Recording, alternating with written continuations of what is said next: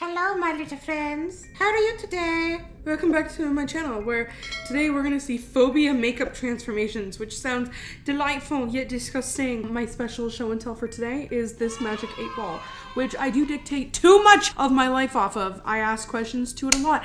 Taylor? Yes. Do we use the magic 8-ball for things that we probably should make choices on our own for? Yeah. How many times do I use the 8-ball a day? You bring it in your purse everywhere we go. Yes, I do. And sometimes I put it right between my boobs because that's about the size of each one of my boobs. So it just sits in there really nice. All right. Ask a question. You guys ready? We're going to see what the magic 8-ball has for you today. Got your question? Say it out loud. Okay. Don't count on it. One more time? Okay. Yes, definitely. I hope that helped you and made you feel good.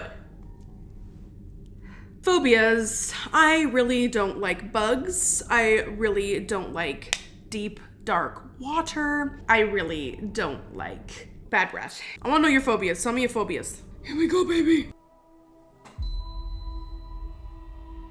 Cynophobia? What is that? Oh, I don't feel...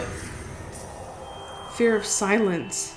I wouldn't say that I have that. I would almost say more so that I need to just feel the need to fill the silence with unbelievable chatter because I do feel uncomfortable in it, but not phobic of it. Phobias mega. Oh. Okay. What do we got? Claustrophobia. I don't have this. I don't have it at all. Oh, that's so good though! Oh my gosh, in that box. I get how people do. Do I own a casket in which I like to cozy up in and pretend I'm a vampire sometimes? I do. Did I immediately put Taylor inside the casket as soon as we got it? Did I? Yep. Sure did. But no, claustrophobia is not a thing. Please put down the blanket, roll me up as a burrito, and throw me in the closet because that sounds really good. Oh no. Taylor! No. You did this on purpose.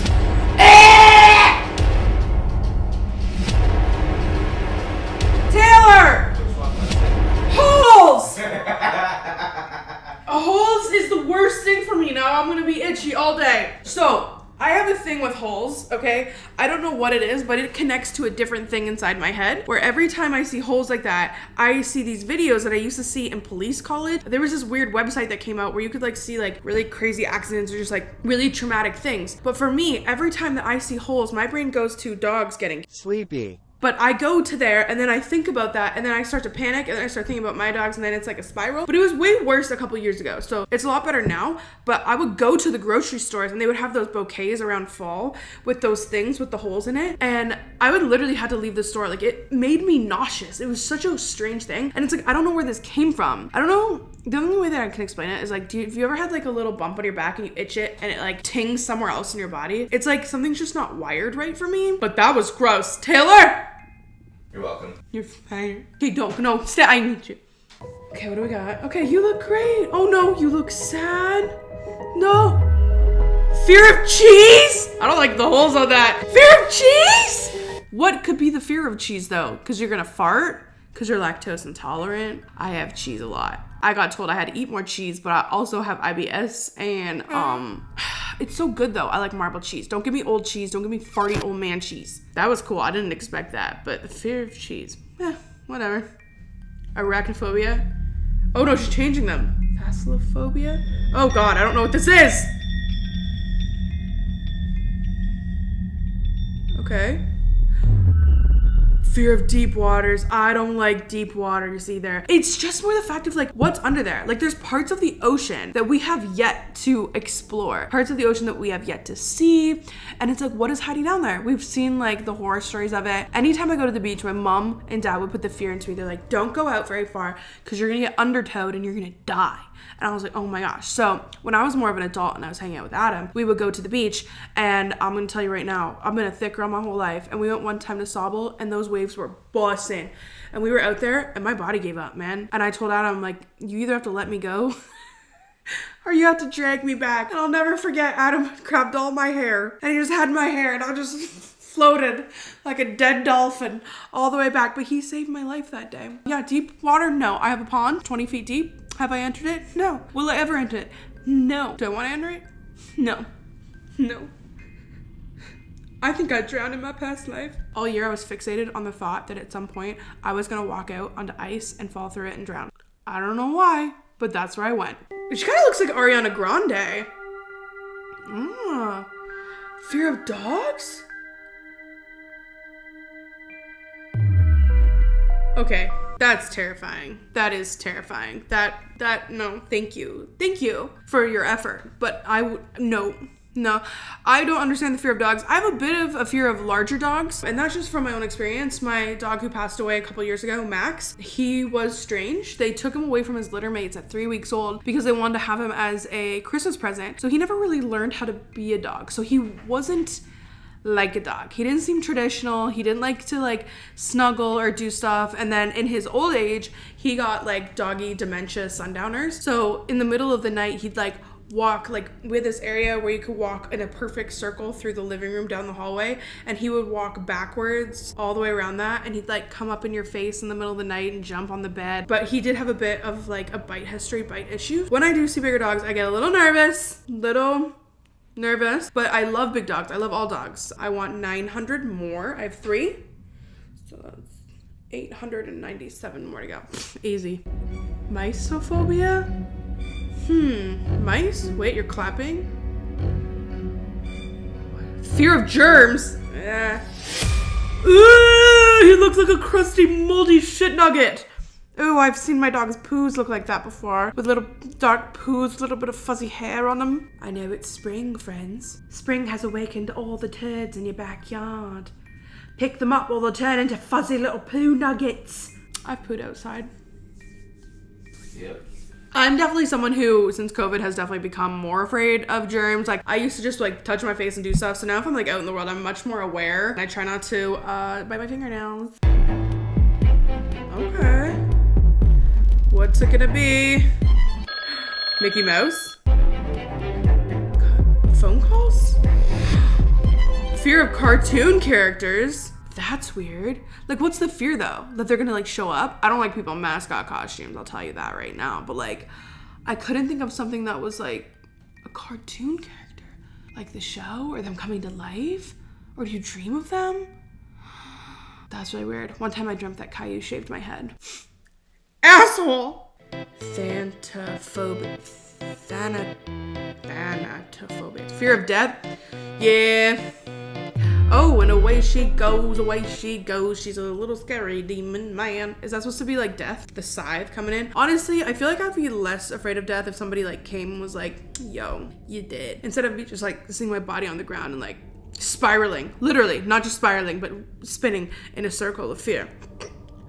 I'm not drunk. I just have the hiccups. I have this thing called Meniere's disease, and I had a bit of a Meniere's attack today, and now I feel a little bit like trash. Fear of ghosts. Not me, don't know her. Oh. Oh God. I have never seen a ghost that looks like this. Oh, that's scary. See, that's the one thing. When it comes to ghosts, a lot of the time, a lot of the ghosts that I've seen are pretty much like people that are here. Maybe they're like a little bit shinier or a little kind of see-through. But usually when I know that they're a ghost, it's especially from a different time, is they don't walk on the same plane. Like literally the physical ground. Like they don't. So they'll be like a little bit under. You'll see them from the shoulder up. If they're in my house, they'll be like not walking on the floor, like walking on the land that was there before the house was there, which is really strange. So a lot of the time, that's how I know they don't really have to do with walls. Then there's like intelligent ghosts and non-intelligent ghosts. So there's the ones that, you know, see me and kind of can connect. And then there's the ones that are just like purely living out their last days or living out a memory that they lived in. But I definitely don't have a fear of ghosts. I'm more afraid of myself. Oh no, you did it again, Taylor. Another holes one. Oh.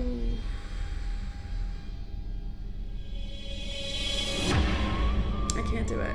I literally can't. I saw like a little tiny bit and I can't. 1, I can do. 2, that I can't. I don't know what it is about holes. I remember this tree outside of my parents' house. It was like a birch tree and it got like a weird disease and it had all these holes. And anytime I went out there, I'd have to like touch it and peel it off and then throw up. It was delirious and a little unhinged, but that's just how she goes.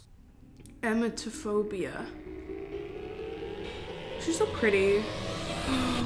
Oh, I had that growing up. So I used to have full fights at the toilet. Like if I knew I was gonna throw up, I would freak out. And I remember this one time I was throwing up in the sink and it was alphagetti. And my dad was like, okay, I'm gonna turn you on the count of 3. Are you good? And I'm like, yeah. And right as he turns me, I just, and I throw up all down the vent into the house. And I'm gonna tell you right now, that house smelled like alphagetti barf for like a solid, the rest of the time we lived there.